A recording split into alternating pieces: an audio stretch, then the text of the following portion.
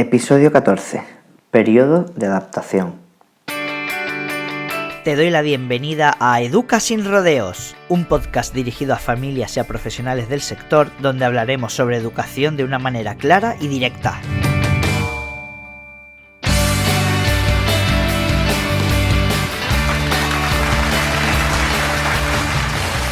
Hola a todos, hola a todas, bienvenidas un día más a un nuevo episodio de Educa sin rodeos. Estamos ya recordando y entrando en la recta final para poder anunciar todo lo que va a suponer nuestro congreso educativo. Si no estás al tanto, te lo explico, y es que el próximo sábado 28 de septiembre vamos a realizar un congreso educativo bastante grande, bastante importante en la ciudad de Cádiz, de 10 de la mañana a 2 de la tarde, y donde vamos a tener 4 ponencias consecutivas. Así que vamos a pasar una mañana educativa bastante interesante y te invito, por supuesto, a que vengas. Todos los detalles restantes que faltan por conocer el Congreso Educativo los iremos desvelando entre esta semana y la semana siguiente, y así vamos creando un poquito de expectativa. Hoy estamos grabando esto el día 28 de agosto y quiero que sepas que durante el día de hoy vamos a anunciar quién será esta primera persona ponente y sobre qué va a hablar en nuestro congreso educativo. Así que estate al tanto en nuestras redes sociales, en nuestra página web, que te desvelaremos en qué va a consistir esta primera ponencia. Así que estate atento, estate atenta. Hoy vamos a hablar del periodo de adaptación, famoso periodo de adaptación que en pocos días empieza el funcionamiento del primer ciclo de educación infantil, y en un poquito más de días, a partir del 10 de septiembre habitualmente, empezará el segundo ciclo de educación infantil. En esta ocasión, como sabéis, hay podcasts que se lo dedico más a la familia y hay podcasts que se lo dedico más a los profesionales de la educación. Hoy estamos un poco también 50-50, 50 y 50%, porque creo que tenemos que hablar varias cosas del periodo de adaptación dirigido a estos dos grupos que a partir de ahora tienen que convivir, remar en la misma dirección. Como hablábamos en el podcast anterior, que hablábamos de por qué hay profesionales que se quieren alejar de las familias, y entonces pues también hablábamos de la familia y de los profesionales, y una de las conclusiones fue, como ya sabes, que teníamos que estar remando en la misma dirección, ¿no? Sería lo ideal, lógicamente. Entonces, va a haber dos tipos de familias, dos tipos de niños y de niñas en este periodo de adaptación. En primer lugar, que va a ser lo más complejo y lo más duro, es aquellas familias y aquellos niños y niñas que es la primera vez que van a tener un contacto con la educación formal, es decir, que la primera vez que van a ir a la escuela, ya sea el primer ciclo o segundo ciclo de infantil, y que va a producirse por primera vez esa separación de su figura de apego, de su figura que le da seguridad, de su figura que le da todo lo que necesita, y en este momento va a haber esta separación, ¿no? Evidentemente no tiene nada que ver con niños y niñas y familias que llevan 3 años escolarizados y que ahora, tras el verano, vuelven a la rutina de la escuela, en esta ocasión en el segundo ciclo. También tienen su periodo de adaptación, pero lógicamente va a ser mucho más liviano y va a tener otros matices que evidentemente no tienen los niños y las niñas y las familias que se separan por primera vez y acuden por primera vez a la escuela. Yo siempre digo que como profesional me pongo o trato de ponerme en la piel de aquellas familias que por primera vez van a dejar a su hijo, a su hija que tiene 0 años, 1, 2 o 3 años o 4, 5, 6 años, por primera vez se van a separar y lo van a dejar durante bastante tiempo realmente con un desconocido. y entonces me pongo en su lugar y entonces las sensaciones, las emociones, la sensibilidad que tienen esos niños y esas familias esos primeros días, pues estamos hablando de un grado muy importante de sensibilidad y un grado muy importante de emociones que los profesionales tenemos que atender con calidad, o al menos ese es mi planteamiento siempre. ¿Dónde empezamos a atender con calidad esta situación? Para mí, desde mi punto de vista, desde la primera reunión o el primer contacto que tú tienes con la familia, esta reunión inicial o entrevistas individuales iniciales, o como cada uno organice su periodo de adaptación. Pero que para mí empieza ahí, no empieza incluso el periodo de adaptación, podríamos decir que empieza en casa desde hace bastante tiempo atrás, no desde el primer día de escuela. Pero de cara al profesional, el periodo de adaptación empieza desde el momento en el que tienes el primer contacto con la familia, mucho antes de que empiece el primer día de cole. Ahí tenemos que atender a esa sensibilidad, con lo cual esos primeros contactos y esa primera reunión, por favor, llamada a todos los profesionales que trabajan, sensibilidad, empatía, tender la mano, construir, entender y comprender la situación en la que se encuentran, tranquilizar a las familias, todo va a ir bien, y explicándole lógicamente cuáles van a ser nuestras pautas para que el periodo de adaptación vaya lo mejor posible, pero siempre desde la perspectiva de construir, ¿de acuerdo? He presenciado varias reuniones iniciales, he presenciado varias conversaciones entre familias, he presenciado muchos arranques de periodo de adaptación y tengo que decir que se tiende muy poco a atender esta sensibilidad y estos momentos especiales, sobre todo en el lenguaje, en el tono, en la forma en la que tenemos de dirigirnos a la familia, y utilizamos un tono un poco, los profesionales, poco conciliador y quizás bastante agresivo, con lo cual esto hace que la familia se ponga aún más nerviosa, se ponga a la defensiva, se sienta mal, se sienta incómoda, se sienta enfadada, se sienta impotente, y esto lógicamente se va a transmitir a los niños y a las niñas, con lo cual merece la pena organizar, planificar y secuenciar cómo queremos que sea nuestro periodo de adaptación desde el punto de vista profesional. ¿Cómo sería?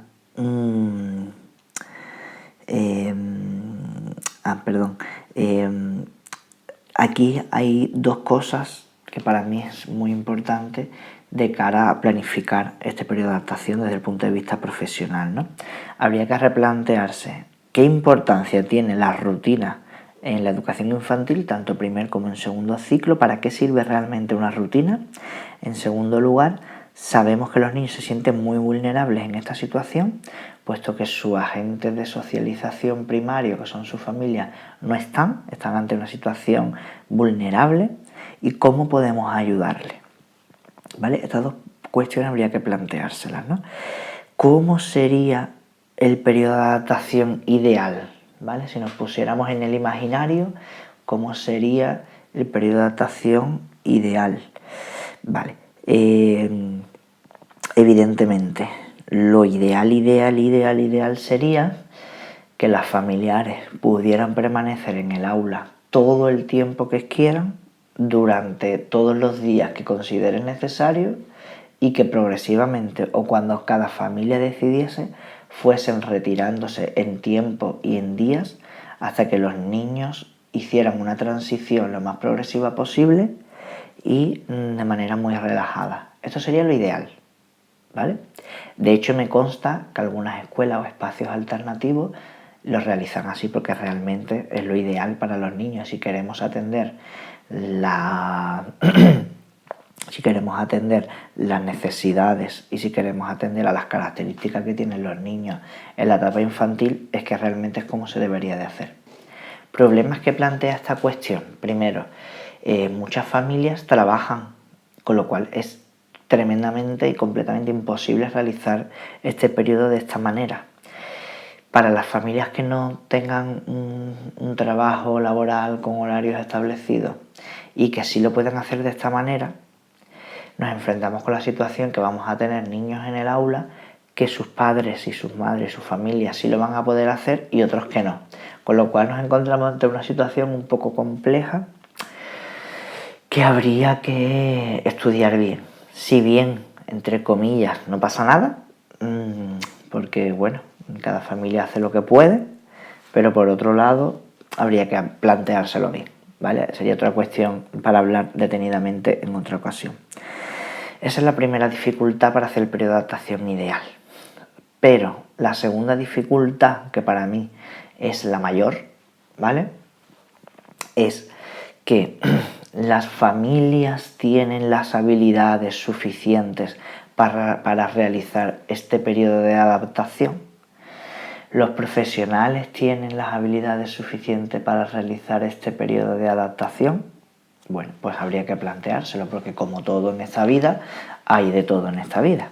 Es decir, que habrá familias que lo entiendan perfectamente y que tengan las habilidades necesarias para que desde el primer día de la escuela ellos sientan que están apoyando a sus hijos, a sus hijas, y que saben que tienen que hacer un trabajo progresivo y paulatino, de manera que saben que desde el primer día van a ir retirándose todo lo que puedan para que su hijo o su hija vaya cogiendo confianza y autonomía y desde el primer día ya lo están trabajando. Si tienen apoyo, tienen apego, están ahí, pero desde el primer día ya están realizando ese trabajo. No voy a vérmelas venir, no voy a pasar el día, sino que ya tengo una mentalidad de trabajo. Y desde el primer día me voy retirando hasta que cuando yo ya vea que es el momento me retiro, ¿vale? Pero sé que hay familias que esto les cuesta muchísimo trabajo y no tienen por qué tener las habilidades para realizar este periodo de adaptación, porque son habilidades muy complejas, y si no hemos sido entrenados en estas habilidades o no hemos estado trabajando nuestras habilidades, nuestra inteligencia emocional, pues evidentemente va a haber familias que no puedan realizar, y aquí hay una barrera importante, que es que no vamos a poder salvar eso.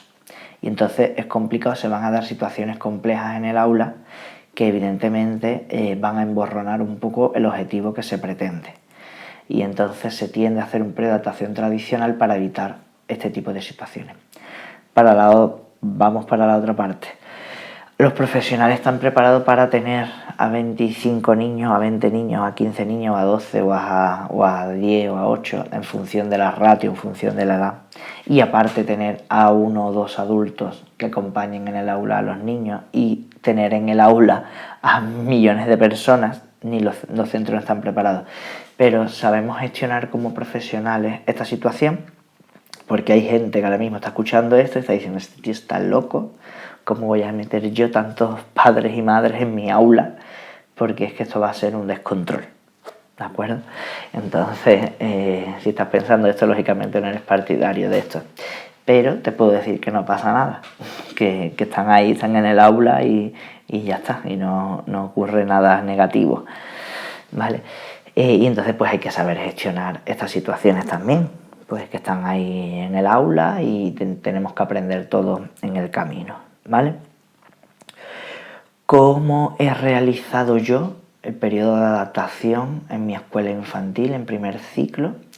Y propongo una experiencia, podemos decir, intermedia entre el periodo de adaptación tradicional y el periodo de adaptación ideal del que estábamos hablando, sino una propuesta intermedia, que aún así tiene mucho que mejorar,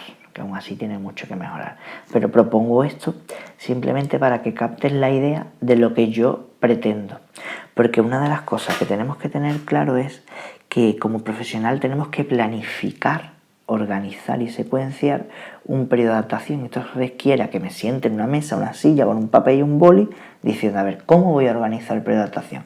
¿Qué voy a hacer? Desde el primer día hasta el último. Mi planificación empieza por, primero, empatía, sensibilización con la familia. En estos primeros contactos, ¿qué le voy a decir a la familia? ¿Por qué se lo voy a decir? ¿Y cómo se lo voy a decir? Porque quiero que salgan de la puerta del despacho, del aula, de donde yo haya tenido ese primer contacto, contentos desde el primer día, sabiendo en la dirección que vamos, que estén contentos, que tengan decisión y que salgan de la reunión diciendo: me encanta este profesor, me encanta la escuela, tenemos trabajo por delante, pero creo que hemos caído en la escuela ideal. Ese es mi objetivo, ¿vale? Porque hemos dicho que el periodo de adaptación empieza en este momento, ¿de acuerdo? Y después, en esta mesa, con este papel y este boli, digo: ¿qué voy a hacer? Vale. En mi escuela, y nuestra propuesta es hacer un mix, como decía, un punto intermedio entre lo ideal y lo clásico. Y ya digo que tiene mucho que mejorar, que esto no es lo mejor, pero decimos: vamos a ver, la familia tiene que estar en el aula, ¿de acuerdo? Y en función de la evolución y de la individualidad tanto de las familias como de los niños, vamos a ir retirando retirando familiares del aula, ¿vale? En función de lo que estemos viendo y en función también, como decía, de la familia, de las necesidades que tengan, porque no es lo mismo familias que desde el día 1 de septiembre tengan que incorporarse laboralmente y desde el día 1 tengan que cumplir su jornada laboral completa, que familias que no la tengan, y entonces atendemos a la individualidad de la familia. Entonces, cuando yo me siento, le digo: oye, yo creo que los niños, por las características, por las necesidades que tienen y por la situación vulnerable que van a vivir, creo que es ideal que hagamos un periodo de adaptación, ¿vale? La familia suele responder positivamente. Hay familias que dicen: Javi, estoy totalmente de acuerdo contigo, pero el día 1 de septiembre tengo que empezar a trabajar desde las 8 de la mañana hasta las 3 de la tarde y no tengo posibilidad de hacer otra cosa, ¿vale? Entonces ese niño, esa niña, desde el primer día en esta situación vulnerable se incorpora a la escuela a las 7:30 de la mañana y hasta las 3:30 de la tarde. Y ya está, y no podemos hacer otra cosa. Entonces atendemos a esa individualidad, intentamos por todos los medios que no sea así, por el bien del menor o de la menor. Intentamos, mira, a ver si puede venir otro familiar, un amigo, un vecino, un tío, un primo, quien sea que pueda estar con el niño o la niña en el aula, porque, hombre, entendemos que hay que atender a esas necesidades básicas. Después de esto me dicen: bueno, ¿y cómo va a ser el periodo de adaptación? Y yo le digo: mira, yo tengo aquí un papel que nosotros hemos planificado y tengo aquí una secuenciación y esta es nuestra propuesta, ¿vale? Que tú puedes aceptar o no puedes aceptar. En cualquier momento tú tienes el derecho de exigir tu horario completo en el que has matriculado a tu hijo o tu hija desde el día 1 y por ley así está reconocido, ¿de acuerdo? Y por otro lado, le digo: pero esto que tú sepas es 100% flexible. Así, 100% flexible, sí. ¿Y qué quiere decir esto? Que esta es mi propuesta, pero que tú vas a elegir lo que tú quieras. Si tú quieres estar una semana en el aula, una semana, 3 días, 3 días, 4 días, 4 días, 2 semanas, 2 semanas, 3, un mes, 2 meses, lo que tú quieras.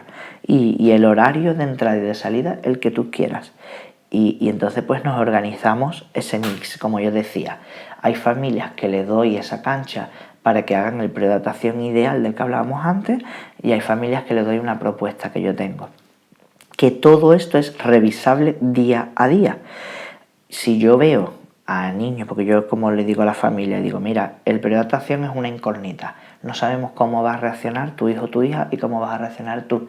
Si yo veo que al segundo día, al primero, a la media hora o a la semana, digo: mira, tu hijo o tu hija ya lo que necesita es que tú salgas del aula porque va a estar genial, y si estás de acuerdo lo hacemos así, y así lo hacemos. Y eso puede ocurrir a la media hora, a la hora, al primer día, al segundo día, a la segunda semana, al primer mes o al segundo mes, en función de las individuales de cada niño. Oye, Javi, entonces ¿qué pasa?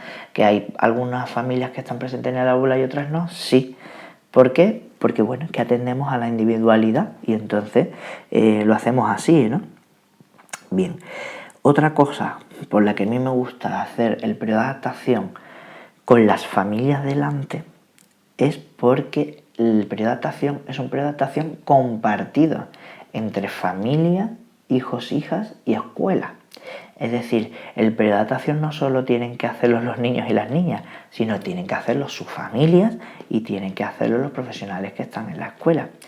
Porque hay periodos de adaptación que son mucho más duros para las familias que para los niños, y entonces nuestro esfuerzo tiene que estar en atender en mayor medida, en mayor calidad y en mayor tiempo a la familia que a los niños y a las niñas.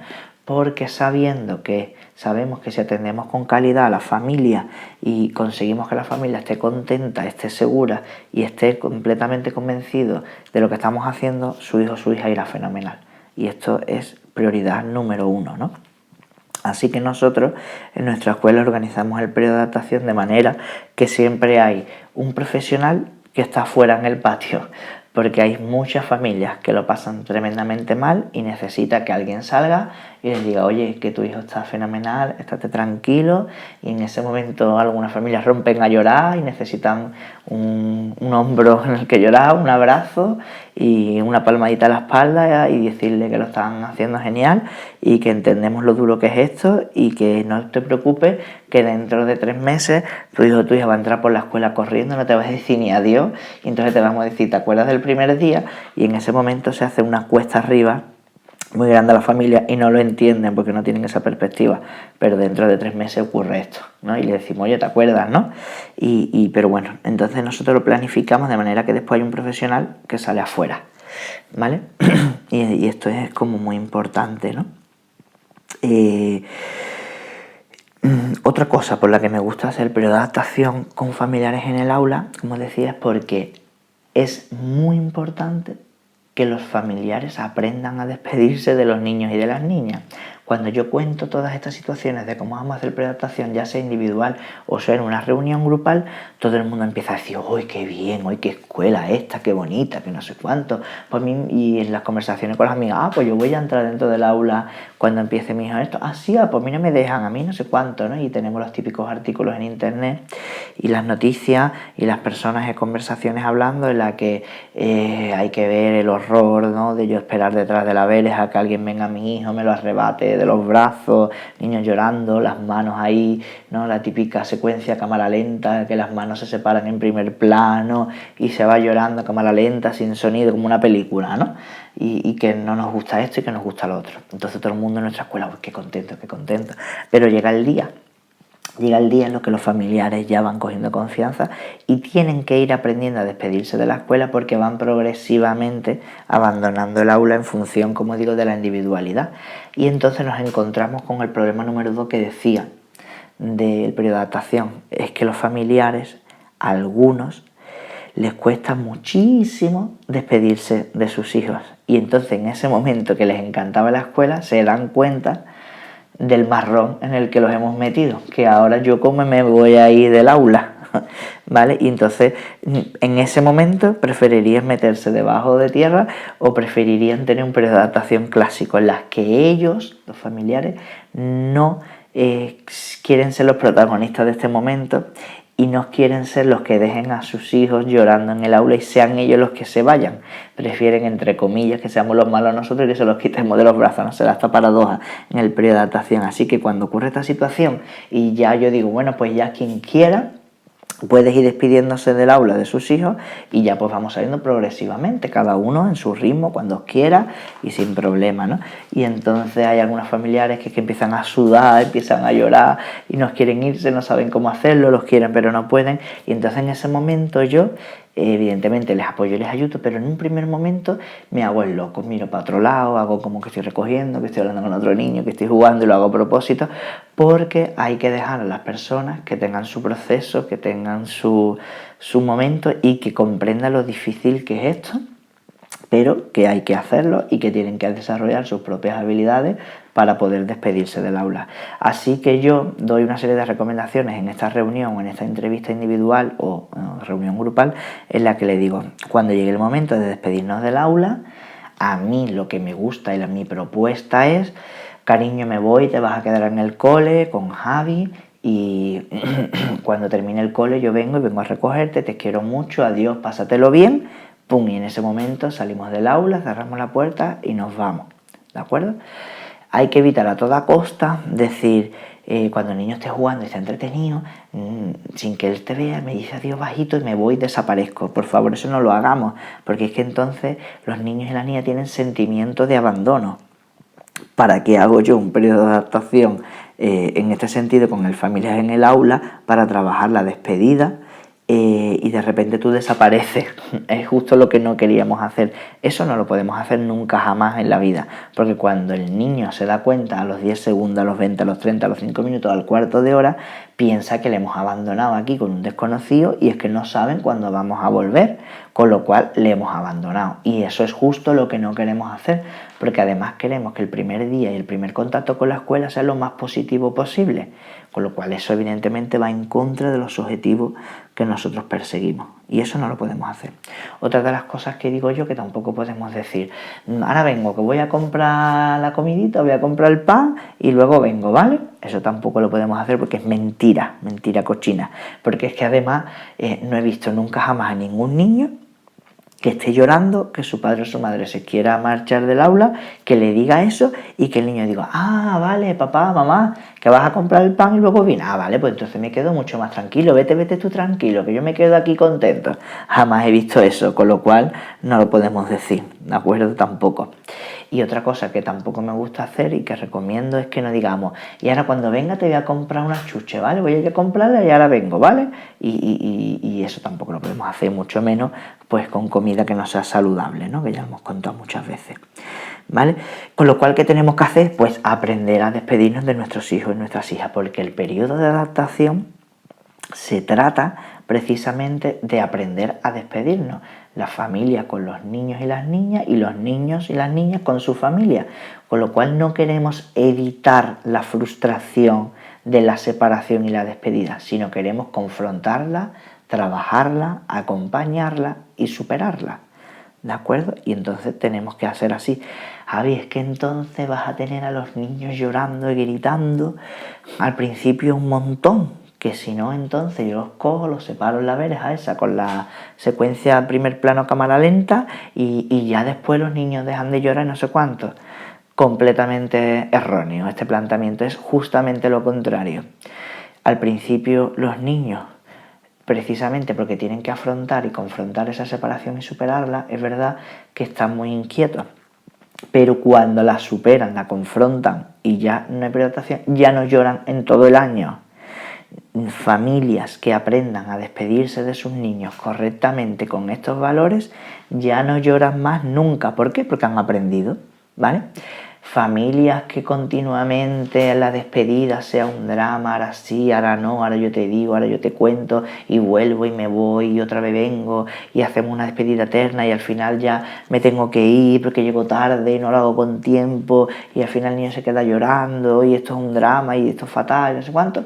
Niños que se llevan todo el año llorando sin excepción. Esto es una ley, pongo la mano en el fuego y ante notario, que esto es así, ¿de acuerdo? Con lo cual, despedidas saludables, podríamos llamarlas así, ¿vale?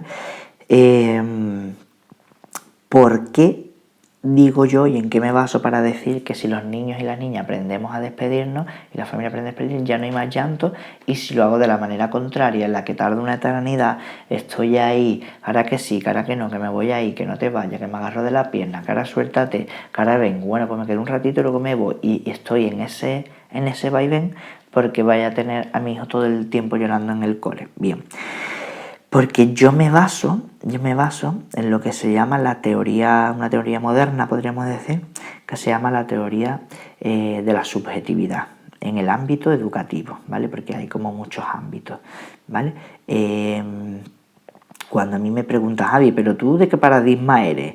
¿Tú eres conductual, tú eres cognitivo, tú eres humanista, tú qué es lo que eres? Y yo digo, mira, yo no soy de nada, yo soy de picapiedra, de trabajo en el día a día y es lo único en lo que yo creo. Pero no es que me decante por una teoría por encima de otra, me gusta la mezcla de todas, ¿no? Cada cosa tiene su cosa que me gusta más y cosas que me gusta menos. Pero en la que yo baso la mayoría de mis principios, mis valores educativos y mi forma de intervenir con las familias y con los niños es lo que se llama la teoría de la subjetividad, ¿vale? Voy a intentar explicarlo, suelo no explicar cosas demasiado técnicas y psicológicas en el podcast, pero esta vez creo que la ocasión lo merece, ¿de acuerdo? Bien, voy a intentar explicarlo de una manera, de la manera más clara posible, a ver si lo consigo. Bien, los niños y las niñas van a vivir el periodo de adaptación según nosotros lo vivamos, ¿vale? Porque lo que le va a dar sentidos a ellos, el periodo de adaptación, lo que ellos van a construir en este momento, en el periodo de adaptación, va a ser a través de nosotros, con independencia totalmente de la objetividad que ellos creen que tienen en ese momento.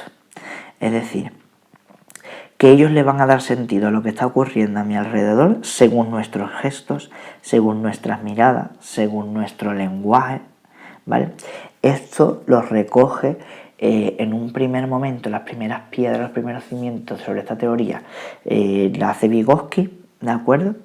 Pero después va reformulándose, modificándose, adaptándose y construyéndose más por González Rey, ¿de acuerdo? Como yo digo siempre, cuando leemos un libro, vemos un vídeo en YouTube, todas estas cosas, muchas veces como familia no entendemos todas las claves de una misma experiencia. Y entonces, ¿qué es lo que ocurre con esto? Que puedo llevarme una idea equivocada de lo que está queriendo decir el autor o la autora. Y siempre pongo el mismo ejemplo. Si vamos de viaje a Florencia, al centro de Florencia, al casco antiguo, pues vemos que hay en cada esquina una gárgola, una estatua, un no sé cuánto, está todo lleno así de esta época de oro, ¿no? Del arte italiano y todo esto, ¿no? Y nosotros vamos y decimos, uy, qué bonito esto, no sé cuánto, ¿no? Pero si va alguien que haya estudiado historia del arte y toda esta cultura y todo este periodo y tal y cual, evidentemente entenderá verdaderamente cada esquina, cada rincón, cada cosa que haya, y volveremos del viaje a ambas personas con ideas completamente diferentes de lo que ha supuesto el viaje a Florencia, ¿de acuerdo? Y entonces, ¿qué te quiero decir con esto? Bien, que cuando hablamos de teoría de la subjetividad, aquí no hay que entender el término subjetividad como subjetivo, ¿no? Pues igual cuando estamos teniendo una conversación, ¿no? Y decimos, a mí me gusta más esto, a mí esto no sé cuánto, esto es así, esto es asado. Hombre, es que esto es muy subjetivo, ¿no? Y esto no puede... Vale, ese término, con esta acepción de significado, no es la que estamos hablando aquí. Tiene otro significado, ¿vale? Lo digo esto para que no nos confundamos, o si alguien quiere buscar en Google teoría de la subjetividad, cuidado, porque hay como varias teorías de la subjetividad, ¿no? Con varias acepciones, ¿no? Incluso dentro de la psicología, de la ciencia de la psicología, la subjetividad incluso tiene varias acepciones, pero la que estamos buscando aquí lo que quiere decir es que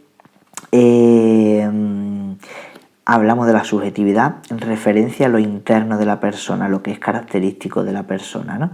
Y esto se define por González Rey como la organización de los procesos de sentido y significado que aparecen y se configuran de diferentes formas en el sujeto y en la personalidad, así como los diferentes espacios sociales en los que el sujeto actúa. ¿Qué quiere decir esto?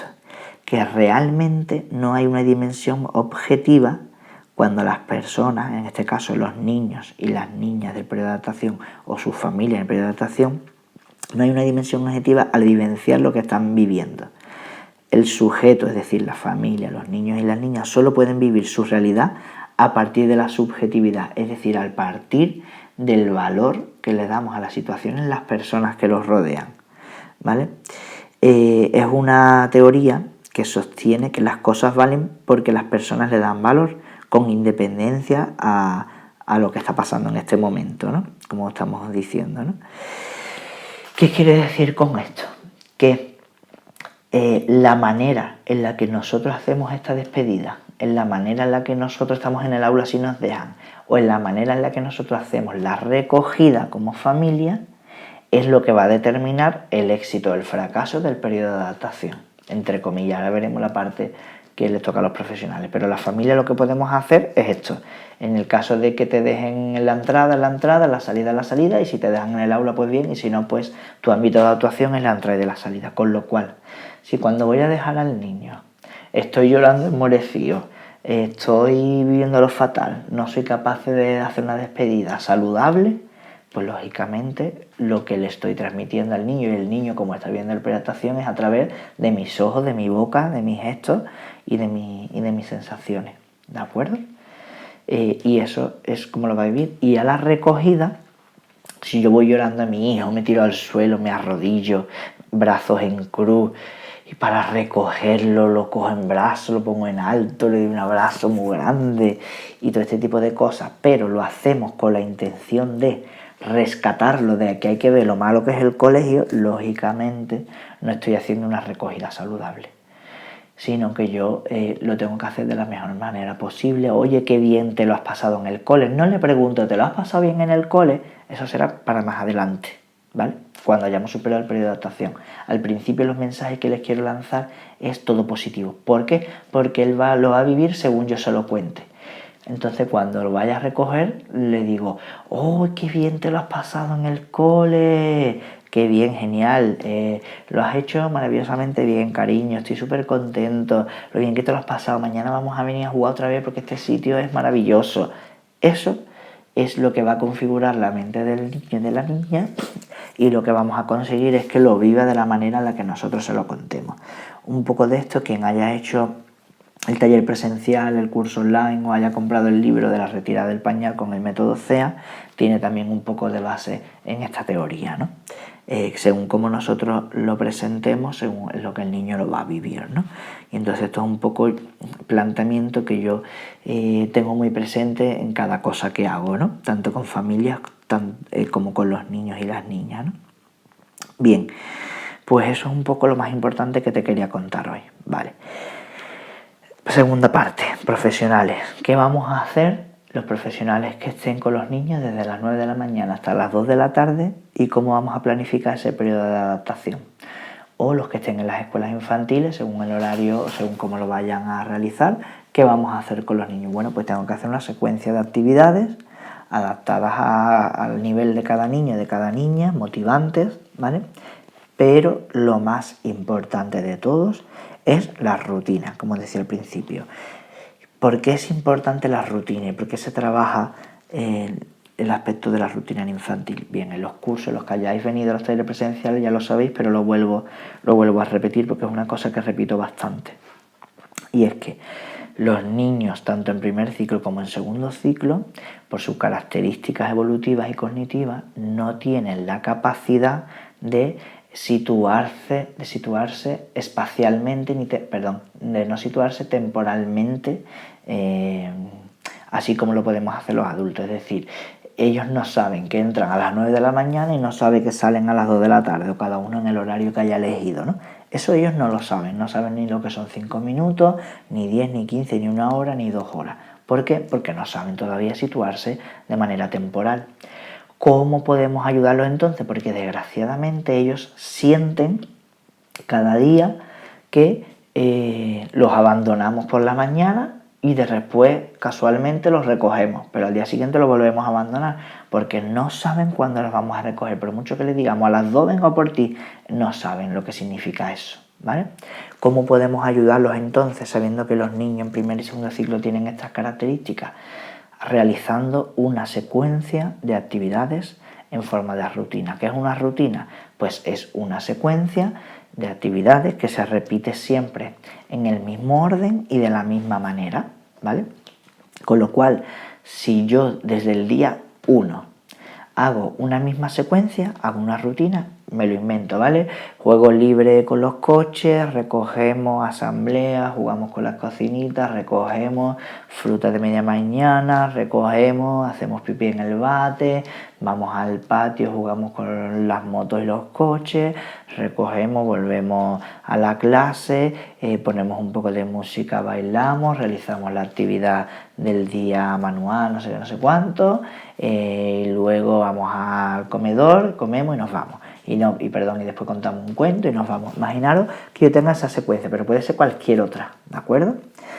Vamos a imaginar que yo tengo esta secuencia. Bien, si yo hago esta secuencia calcada todos los días de la misma manera y en el mismo orden, estoy ayudando a los niños y a las niñas que una de sus patas de aprendizaje que tienden a descubrir una ley universal que los rija a todos y que tienden a la generalidad, pues les estoy enseñando a que les estoy permitiendo descubrir cuál es esa ley general para todo y descubrir esa rutina. Con lo cual, los niños que descubran ¿Cuál es esa secuencia? Ahora una cosa, después otra, después otra, después otra, después otra y después el cuento y nos vamos. Los niños que normalmente suelen ser los más maduros y las más maduras, los que evolutivamente ahora mismo están más avanzados, que suele, pero no tiene por qué, suele coincidir con los que son de enero, febrero, marzo, empiezan a descubrir cuál es ese patrón que siempre se repite, porque los niños están preparados para, hacemos lo que hagamos, descubrir a ver si hay un patrón, porque si hay un patrón les damos garantía, les damos estabilidad emocional y les damos seguridad. Si descubrimos este patrón, les ayudamos a situarse temporalmente. Y entonces estos niños y estas niñas empiezan a saber que después del cuento se van. Y entonces, ¿qué pasa? Se relajan, porque ya saben que no les han abandonado. Saben que después del cuento se van. Y ya saben cuál es ese patrón y esa secuencia. Y normalmente empiezan a descubrirlo los de enero, después los de febrero, marzo, abril, mayo, junio, hasta diciembre. Normalmente, pero no tiene por qué, porque siempre hay alguien de diciembre, normalmente las niñas, que son súper espabiladas y que también lo descubren antes que incluso a gente de febrero, marzo, abril, ¿no? Bien, y entonces tengo que hacer una secuencia. Y si puede ser la misma, mejor. Y si pueden ser los mismos juguetes, mejor. Y si pueden ser los mismos cuentos al final, mejor. Y poco a poco voy estableciendo variaciones en la rutina, porque también hay que trabajar las variaciones. Pero no es el momento en el periodo de adaptación, trabajar las variaciones, vamos a esperar un mes y ya después del mes hago pues lo que me da la gana. Si no establezco una rutina lo más rígida posible al principio, voy a tener a niños y a niñas todo el año llorando, porque están completamente descontrolados, porque no saben qué es lo que tienen que hacer, ¿vale? De hecho, el día que nos vamos de excursión, cuando una vez estamos en una rutina y vamos a salir por la puerta, los niños se creen que ya se van a su casa, porque si cojo la mochila de la percha para irme, pues ya estoy en su casa. Y entonces no saben si tengo que desayunar, si me tengo que ir, si tengo que no sé cuánto, porque es un día excepcional que nos vamos de excursión. ¿Por qué? Porque nos estamos saltando la rutina, porque para ellos la rutina lo es todo, ¿de acuerdo? Así que rutina, rutina, rutina. Así es como, atendiendo a estas individualidades y nivel evolutivo de los niños, deberíamos trabajar en infantil, o como a mí me gusta o es mi propuesta para trabajar en infantil, ¿de acuerdo? Entonces ellos no entienden de horas ni de cuestiones temporales, pero sí entienden de secuencias y de rutinas, ¿de acuerdo? Bueno, pues vamos a ir terminando este episodio. Muchas gracias de verdad por escucharme. Mi nombre es Javier González, soy maestro de educación infantil, psicopedagogo y fundador de la asociación AEFAM,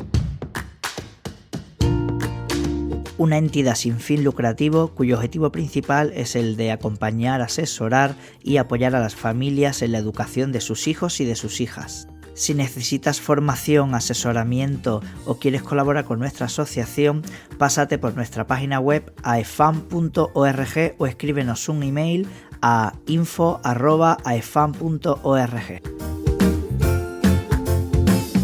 Bueno, esto ha sido todo por hoy. En el próximo episodio veremos cómo hacemos el desayuno antes de ir al cole. Esta es una cuestión también bastante importante y que además va a contribuir a un buen periodo de adaptación, así que no te pierdas nuestro próximo episodio.